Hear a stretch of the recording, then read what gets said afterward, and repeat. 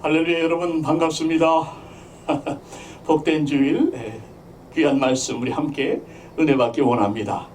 오늘 주시는 말씀은 출애굽기 19장.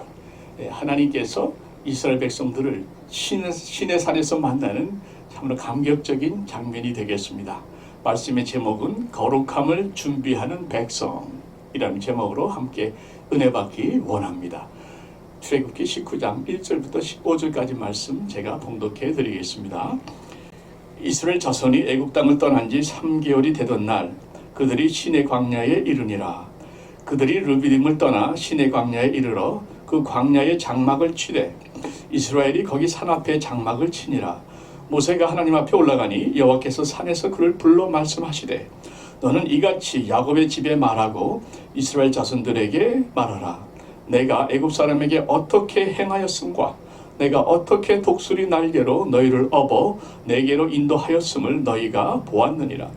세계가 다 내게 속하였나니 너희가 내 말을 잘 듣고 내 언약을 지키면 너희는 모든 민족 중에서 내 소유가 되겠고 너희가 내게 대하여 제사장 나라가 되며 거룩한 백성이 되리라.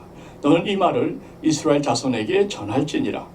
모세가 내려와서 백성의 장로들을 불러 여호와께서 자기에게 명령하신 그 모든 말씀을 그들 앞에 진술하니 백성이 일제히 응답하여 이르되 여호와께서 명령하신 대로 우리가 다 행하리이다. 모세가 백성의 말을 여호와께 전하매 여호와께서 모세에게 이르시되 내가 빽빽한 구름 가운데서 내게 임함은 내가 너와 말하는 것을 백성들이 듣게 하며 또한 너를 영영히 믿게 하려 함이니라. 모세가 백성의 말을 여호와께 아뢰었으므로 여호와께서 모세에게 이르시되 너는 백성에게로 가서 오늘과 내일 그들을 성결하게 하며 그들에게 옷을 빨게 하고 준비하게 하여 셋째 날을 기다리게 하라. 이는 셋째 날에 나 여호와가 온 백성의 목전에서 시내산에 강림할 것임이니 너는 백성을 위하여 주의 경계를 정하고 이르기를 너희는 삼가 산에 오르거나 그 경계를 침범하지 말지니 산을 침범하는 자는 반드시 죽임을 당할 것이라. 그런 자에게는 손을 대지 말고 돌로 쳐 죽이거나 화살로 쏘아 죽여야 하리니 짐승이나 사람을 막론하고 살아남지 못하리라 하고 나팔을 길게 불거든 산 앞에 이를 것이니라 하라. 모세가 산에서 내려와 백성에게 이르러 백성을 성결하게 하니 그들이 자기 옷을 빨더라. 모세가 백성에게 이르되 준비하여 셋째 날을 기다리고 여인을 가까이 하지 말라 하니라. 셋째 날 아침에 우레와 번개와 빽빽한 구름이 산 위에 있고 나팔 소리가 매우 크게 들리니 진중에 있는 모든 백성이 다 떨더라. 모세가 하나님을 맞으려고 백성을 거느리고 진에서 나오매 그들이 산 기슭에 서 있는데 시내 산에서 연기가 자욱하니 여호와께서 불 가운데서 거기 강림하심이라. 그 연기가 옹기가마 연기같이 떠오르고 온 산이 크게 진동하며 나팔 소리가 점점 커질 때에 모세가 말한즉 하나님이 음성으로 대답하시더라. 아멘. 기도하겠습니다. 아버지 하나님, 3500년 전 하나님께서 시내산에 강림하셔서 이스라엘 백성들을 만나 주셨습니다.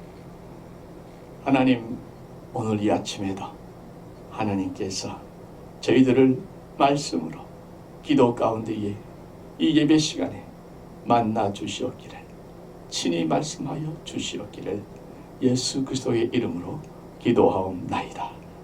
아멘. 믿는 사람들에게 주신 참 하나님의 복된 약속들이 많습니다만은 그 중에 제일 중요한 것을 꼽으라 하면 역시 영생의 복이라 생각합니다. 믿는 자는 영생을 누리죠. 이 영생이 무엇인가? 영원한 생명, 하나님의 생명을 말씀하죠. 그런데 주님께서는 또 영생을 이렇게도 정의하십니다. 영생은 곧 유일하신 참 하나님과 그가 보내신 자 예수 그리스도를 아는 것이라. 영생은 하나님과 예수를 아는 것이라. 여기서 안다 하는 말씀의 원어는 여러분 들으셨겠지만 지식이 아닌 경험으로 삶의 현장에서 직접 부딪히는 체험으로 알아간다 하는 의미가 됩니다. 그러니까 영생을 경험한다 하는 것은 하나님을 삶의 현장에서 경험하는 삶을 누릴 수 있다 하는 약속이 되는 것이죠. 여러분, 하나님을 경험하는 삶, 삶의 현장에서 만나는 삶, 생각만 해도 가슴이 설레이고 좀 흥분되는 삶이 아닐 수 없습니다. 역사 속의 하나님을 지금 우리도 만날 수 있다면, 말씀 속의 하나님을 삶의 현장에서 우리도 경험할 수 있다면 그것처럼 놀랍고 하루하루가 참 익사이딩하고 충만한 하루가 어디 있겠습니까? 여러분, 저는 이 약속을 믿습니다. 지금도 우리는 하나님을 삶의 현장에서 매일매일 경험할 수 있다고 믿습니다. 왜냐하면 우리 하나님께서는 3,500년 전이나 지금이나 조금도 변함이 없이 동일하신 분이기 때문에 그렇습니다. 우리 예수님, 어제나 오늘이나 내일이나 영원토록 변하지 않은 동일하신 분이기 때문에 그렇습니다. 우리 성령님, 지금도 우리 안에 충만하게 거하고 계시기 때문에 그렇습니다. 또 한 가지, 우리 하나님은 시간과 공간을 초월하시는 하나님이시기 때문에 3,500년 전이나 지금 이 순간이나 전혀 차이가 없다는 것이죠. 또 주위를 둘러보면 실제로 오늘날 이 자리에서 하나님을 만났다는, 예수님을 경험했다는 분들이 의외로 많이 계십니다. 저와 여러분도 그분들 중에 한 사람이 되시기를 한 번 더 바라보고 또 축원을 드립니다. 여러분, 성삼위 하나님, 하나님을 경험하는 이 복된 영생의 삶, 이 시작은 뭐니 해도 하나님을 만남으로 시작이 되겠죠. 하나님을 경험하려면 하나님을 당연히 만나야 되겠죠. 하나님을 처음 만나는 것처럼 감격스럽고 그야말로 세상 말로 살떨리는 참 이렇게 흥분되는 순간이 또 어디 있겠습니까? 바로 오늘 말씀에서 이스라엘 백성들은 그 하나님을 만나는 경험을 하고 있는 것입니다. 그동안에도 여러분, 이스라엘 백성들은 하나님께서 여러 가지 이사와 기적을 일으키는 것을 보았지만 또 경험했지만, 그러나 실제 하나님께서 어떤 이사와 기적의 현상이 아닌 실제 하나님께서 하늘 보좌에서 이 땅으로 강림하시는, 하나님의 산에 강림하시는 이 놀라운 순간, 이 경험은 정말 우리가 상상만 해도 너무나도 은혜가 되는 장면이 아닐 수 없습니다. 그 하나님, 우리도 어떻게 하면 만날 수 있을까? 우리가 함께 말씀을 통해서 찾아보기를 원합니다. 자, 이스라엘 백성들은 그 하나님을 만나기 위해서 무엇을 어떻게 준비했을까? 또 그 하나님은 어떤 모양으로 어떻게 그들에게 나타나셨을까? 우리는 그 하나님을 그들처럼 만날 수야 없겠지만, 그래도 그 하나님이 임재하시고 강림하시는 그 역사를, 그 체험을 조금이라도 맛을 볼 수 있다면 어떻게 해야 될까? 이것이 제가 말씀을 준비하면서 고민했던 질문이었습니다. 먼저 말씀의 배경을 잠깐 보십시다. 이스라엘 백성들이 드디어 하나님의 산, 모세의 산, 호렙산이라고 불리는 신의 산에 도착합니다. 홍해를 마른 땅같이 건넌 후 약 3개월 만에 광야길을 걸어서 드디어 신의 산에 도착하는 것이죠. 근데 이 산은 약 1년 전에 하나님께서 모세에게 불은 타지만 타지 않는, 불이 붙지만 타지 않는 그 가시덤불 속에서 모세를 만났던 장소가 바로 이 신의 산이죠. 그때 하나님께서 모세에게 이렇게 약속을 하셨습니다. 너가 이스라엘 백성을 이 산으로 다시 이끌고 올 것이고, 내가 너와 동행할 것이고, 너가 그 백성을 이 산으로 다시 이끌고 올 것이고, 그들은 이 산에서 나를 예배할 것이라. 이렇게 미리 예언 또는 약속을 하셨습니다. 모세는 그 말을 믿지 않았기 때문에 절대로 나는 갈 수 없다고 버텼지만 결국 하나님께서 반강제로 노하시면서 모세를 보냈습니다. 그런데 1년이 지나고 난 후에 보니까 하나님의 약속 말씀 그대로 모세가 그 200만을 이끌고 시내산으로 와서 이제 하나님을 그 말씀의 약속대로 예배드리는 바로 그 장면이 시작이 된 것입니다. 여러분, 이것이 어떻게 가능했는가? 결국은 모세가 한 것이 아니라, 그죠? 모세를 통해서 하나님께서 하셨기 때문에 정확하게 그렇게 이루어졌다는 것을 우리가 확인할 수가 있는 것입니다. 하나님의 일은 하나님이 하시는 것이에요. 하나님께서 택하신 종들을 통해서, 종들의 입술을 통해서, 종들의 기도를 통해서, 종들의 수고와 헌신을 통해서 하나님께서 하시는 것이지 우리가 하는 것이 아닙니다. 테레사 수녀님이 쓴 짧은 글 중에 몽당 연필이라는 글이 있습니다. 이런 내용이죠. 우리는 하나님의 손에 잡힌 몽당 연필입니다.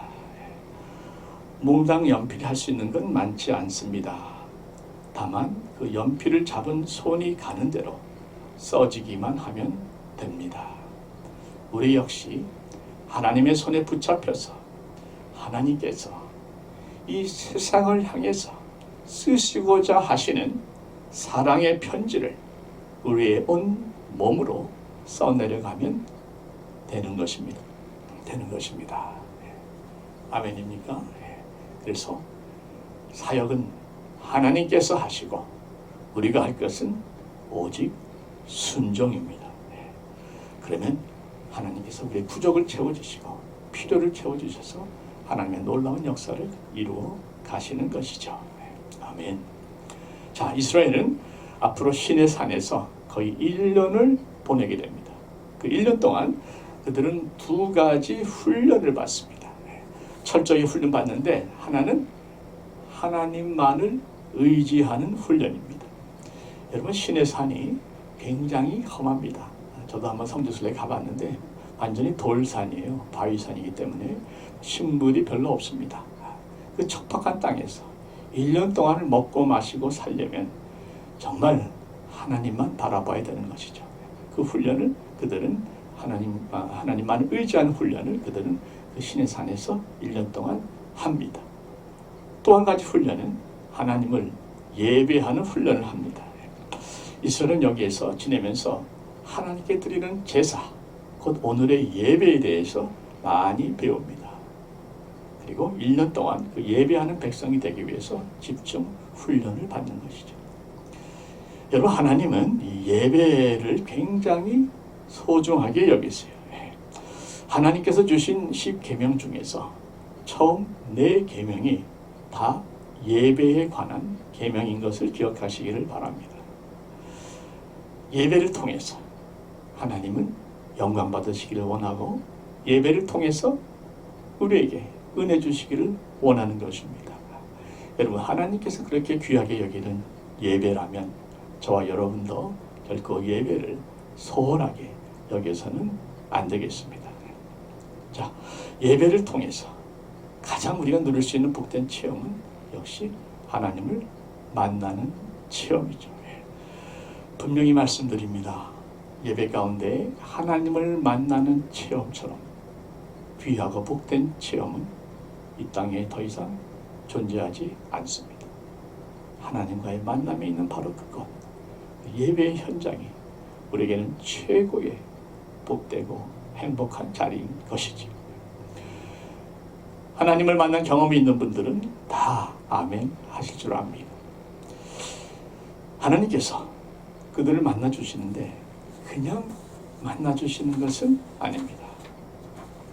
먼저 모세를 시내산으로 부르십니다.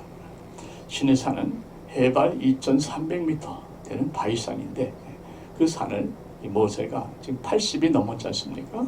이 모세가 앞으로 최소한 3번을 오르락 내리락 하시면서 하나님과 이스라엘 사이에서 중재 역할을 하게 됩니다. 80 넘은 노인이 그 높은 산을 매번 오르락 내려가는 것은 하나님의 능력이라고 믿습니다. 자, 하나님께서 모세가 올라왔을 적에 이렇게 언약에 대한 말씀을 주세요.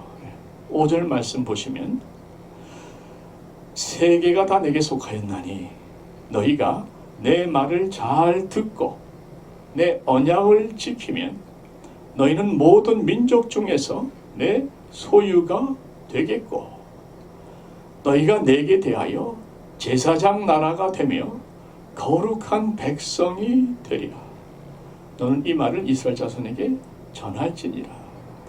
그러니까 하나님께서 모세를 불러서 이스라엘 백성들에게 전하라 하는 말씀의 내용은 바로 하나님과 이스라엘 백성들과의 맺는 언약입니다. 하나님께서 이스라엘 백성들을 자신의 언약 백성으로, 자신과 언약을 맺은 백성으로 삼기로 작정을 하신 것이죠. 그리고 그 언약의 내용을 말씀하시기 전에 먼저 그 언약을 너희가 잘 지키면 내가 이런 복을 주겠다는 언약에 대한 축복을 먼저 말씀하고 계십니다.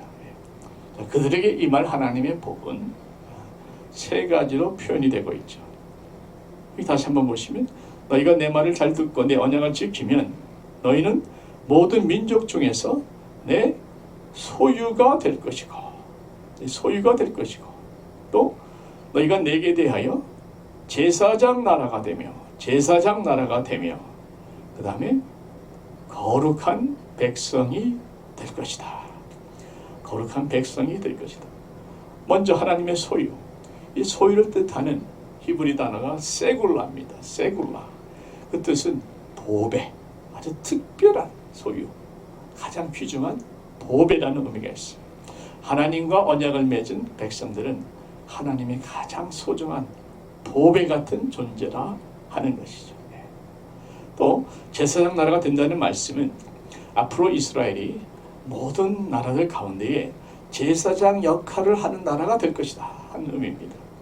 제사장 역할을 하는 나라, 어떤 나라고 어떤 역할인가? 구체적으로 모든 나라, 열방에 하나님의 살아계심과 여호와 하나님의 전능하심과 아가페 하나님의 깊은 사랑을 저들에게 전하는, 그래서 그들을 하나님께로 인도하는 나라, 제사장 나라가 될 것이라 하는 말씀이죠.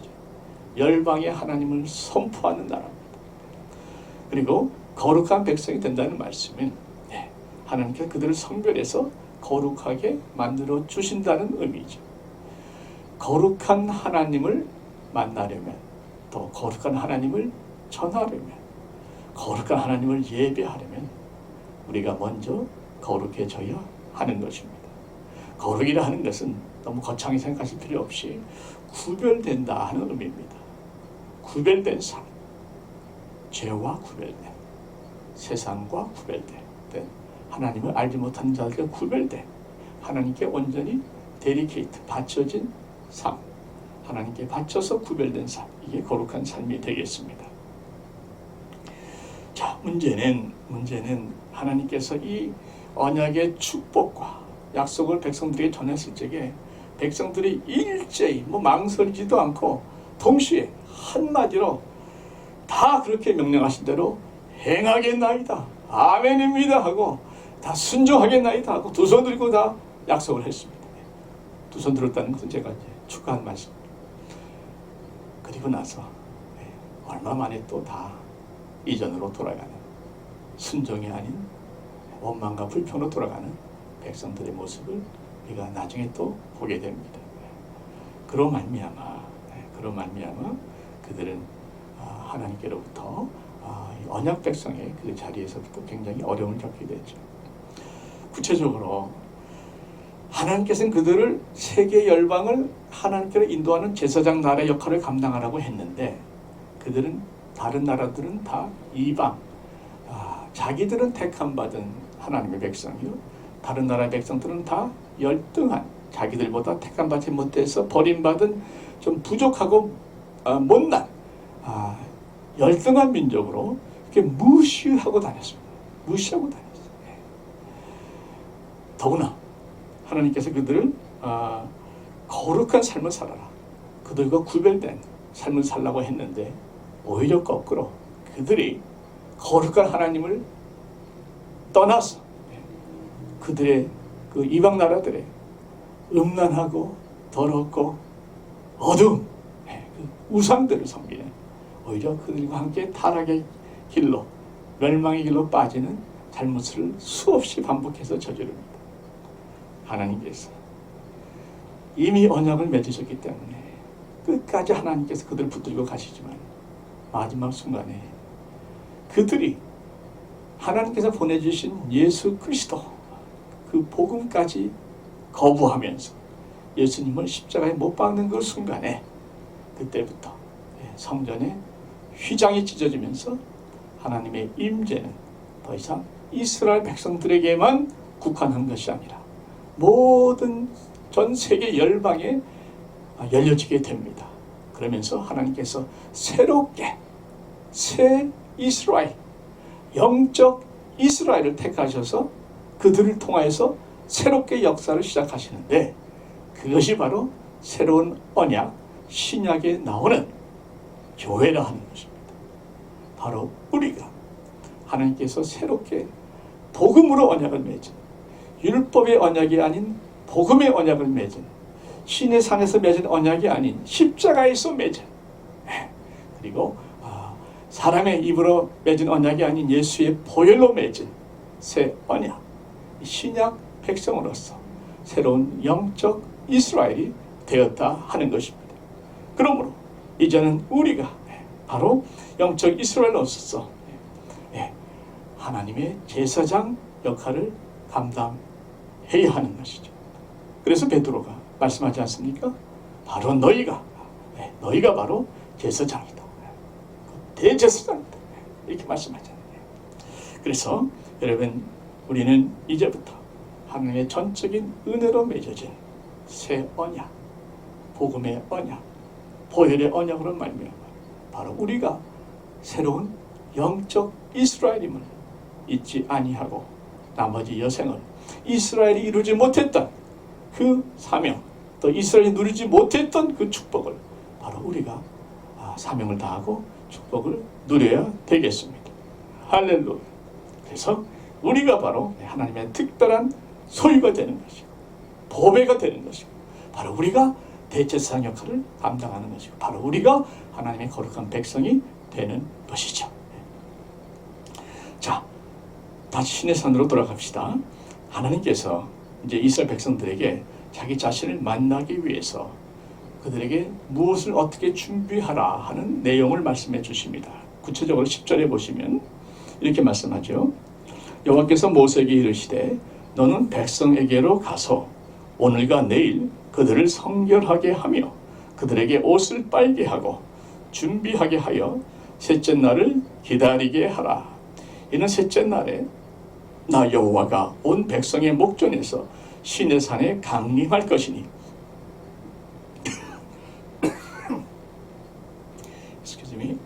자, 여기 보게 되면 하나님께서 이스라엘 백성들에게 이렇게 준비하라고 말씀하는데, 첫째가 뭡니까? 그들을 성결하게 하라. 어떻게 성결하게 하는가? 물로써 몸을 깨끗하게 씻으라. 그리고 몸만 아니라 옷까지도 깨끗하게 빨아라 말씀하고 있습니다. 자, 몸을 씻으라, 옷을 빨으라 하는 것은 사실은 그들의 마음을 씻고 마음을 깨끗하게 빨라 하는 의미가 되는 것이죠. 마음을 성결하게 씻고 준비하라는 말씀입니다. 마치 모세가 시내산에서 하나님 처음 만났을 때 하나님께서 내 발에서 신을 벗으라 하신 그 말씀과 같은 원칙이 되겠습니다. 여러분, 우리가 하나님 앞에 나아가려면, 하나님을 만나려면 우리의 심령을 깨끗하게 씻어야 됩니다. 어떻게 씻습니까? 네, 예수의 보혈로 씻습니다. 말씀의 물로 씻습니다. 무엇보다도 간절한 회개의 눈물로 씻습니다. 한 번 더 말씀드립니다. 어느 누구든지 자신의 마음을 보혈로 씻지 않고 말씀으로 씻지 않고 회개의 기도로 씻지 아니하면 하나님을 만날 수 없습니다. 그래서 하나님과의 만남, 예배는 반드시 준비가 필요합니다. 내 심령을 먼저 점검하는, 내 심령이 과연 하나님께서 보시기에 정결한가 점검하는, 그래서 씻어내는 그 준비가 반드시 필요해요. 단 5분이라도 예배를 위해서 준비하시는 기도를 드리시고 시작하시기를 꼭 부탁을 드립니다.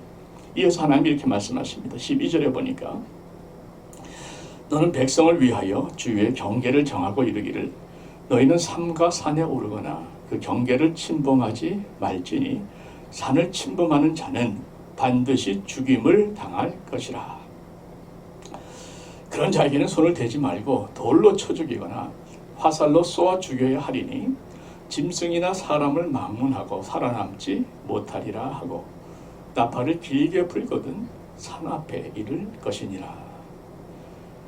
와, 이 말씀은 저도 준비하면서 많이 힘들었습니다. 여러분도 힘드실 거예요. 여러분, 이 말씀에 나오는 하나님은 우리가 알고 있는 하나님하고 너무 이미지가 다릅니다. 그죠? 우리는 하나님 하면 하늘 아버지를 떠올리죠. 집을 떠나 가출해버린 둘째 아들 탕자를 이제나 올까 내일이면 올까 늘 문을 열어놓고 동구 밖을 바라보시는 그런 아버지 하나님을 우리는 늘 생각을 합니다. 그런데 여기 보시면 너희들이 가까이 오기만 해도 다 죽여버리겠다는 이런 하나님의 모습을 보니까 너무나 낯설죠. 그런데 여러분, 이어서 또 10절에 보시면요, 임하시는 하나님의 모습이 또 너무나도 두렵습니다.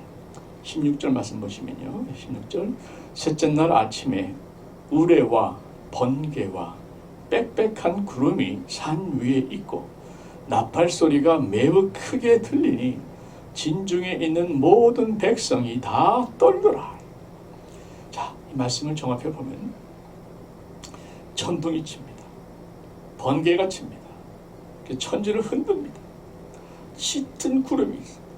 또 연기가 엄청 올라가면서 신의 산을 좀 신비스럽게 다 감싸버립니다. 그리고 그 구름 속에서는 나팔 소리가 진동을 하는데 그 소리가 매우 크게 들려서 이 상황을 멀리서 보고 있던, 가까이 못 가니까 멀리서 보고 있던 백성들이 다 두려워서 떨었다는 것이에요. 자, 여기서 제가 한 가지 분명히 해둘 게 있는데요. 그것은 지금 이 광경이 하나님께서 무슨 이벤트 하는 것처럼 깜짝 쇼하는 것처럼 이렇게 나타나신 것이 아니라 바로 이 광경, 이 모습이 실제 하나님의 보좌의 모습이라는 사실입니다. 여러분, 이사야가 하나님의 보좌를 보았습니다. 그리고 그가 이렇게 묘사를 합니다. 이사야서 6장에 보시면 4절에 성전의 문지방의 터가 요동하며 성전의 연기가 충만하지라. 온 성전이 요동하면서 하나님의 그 위엄에 요동하면서 연기가 충만하다 이렇게 되어 있어요. 또 이 종말의 일을 계시한 요한계시록에도 하늘 보좌에 대한 이 묘사가 나오지 않습니까? 4장에 보시면 이런 말씀이 있습니다. 4장 5절에 보좌로부터 번개와 음성과 우레소리가 나고, 그러니까 하늘의 성전이 요동하고 성전의 연기가 충만하고 우레와 번개와 음성이 요란하게 들린다. 그리고 또 계시록 보면 마지막 때 하나님 나팔 소리가 천지를 진동할 것이라는 말씀도 나오죠. 그러니까 우리 하나님은 바로 이것이 하나님 보좌의 참 모습이라 하는 것입니다. 여러분, 우리가 섬기는 하나님은 당연히 우리가 두려워해야 될 하나님입니다. 사랑의 하나님이지만 동시에 두려워해야 될 하나님입니다. 우리 주님께서도 말씀하시기를 우리의 몸과 영혼을 능히 지옥에 멸하실 수 있는 하나님을 두려워하라. 마태복음 10장 28절에 몸과 영혼까지 멸하실 수 있는 하나님을 두려워하라고 분명히 선포하고 계십니다. 우리가 섬기는 하나님, 탕자의 하나님, 사랑의 하나님 맞습니다.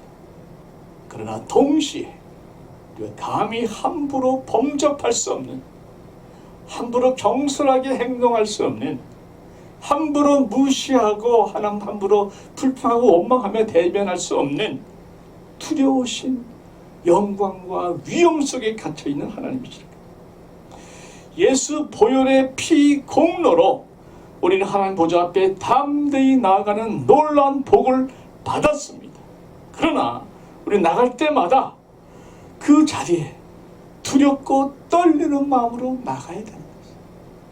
믿음으로 담대하게 나가는 동시에 두렵고 떨리는 마음으로 나가야 됩니다.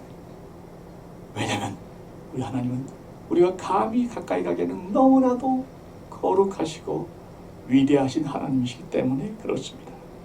그래서 여러분, 저는 믿습니다. 예배 때마다 이 영적 긴장이 있어야 돼요. 때때로 하나님을 너무 우리가 친구처럼, 동네 아저씨처럼, 산타클로스처럼 너무 가볍게 생각하는 경향이 있습니다. 아니에요. 아버지같이 따뜻한 분이시죠. 동시에 오늘 말씀하십시오. 감히 범접할 수 없는 거룩하신, 위대하신, 우리가 두려워해야 될 하나님입니다. 그래서 우리 하나님을 날마다 뜨겁게 사랑하면서 동시에 그 하나님을 두려워해야 하는데, 이 사랑과 두려움, 이 두 가지가 합해진 단어가 바로 경외라는 단어입니다. 하나님을 경외한다는 것, 하나님을 사랑하면서 동시에 두려워하는 것, 바로 이렇게 하나님을 경외하는 자를 하나님은 굉장히 기뻐하십니다. 그리고 복 주시는데, 하나님 경외한 자들에게 주신 복을 말씀드리고 마치겠습니다. 시편 34편 9절 말씀 제가 읽어드릴게요. 너희 성도들아, 여호와를 경외하라. 그를 경외하는 자에게는 부족함이 없도다. 젊은 사자는 궁핍하여 줄일지라도 여호와를 찾는 자는 모든 좋은 것에 부족함이 없으리로다. 아멘. 기도하시겠습니다. 독증의 복, 하나님을 아는 영생의 복을 주신 하나님 감사합니다. 그 하나님 날마다 더욱 깊이 경험하며 알아가게 하옵소서. 예배를 통해서 저희들을 만나 주신다 약속하신 하나님 감사합니다. 그러나 그 만남을 결코 소홀히 하지 않게 하여 주시고 온 정성을 다해 준비케 하여 주옵소서. 먼저 자신을 성결하게 하지 않고는 하나님을 만날 수 없음을 깨달았사오니 보혈로 씻고 말씀으로 씻고 회개로 씻는 정결한 심령 되게 하여 주옵소서. 그래서 예배 때마다 기도 때마다 하나님의 영광을 보고 하나님의 음성을 듣고 하나님의 마음을 느끼며 하나님의 응답을 받는, 그래서 하나님을 경험하며 살아가는 복되고 복된 하나님을 경외하는 자의 삶, 영적 이스라엘의 삶을 넉넉히 감당하게 하여 주시옵소서.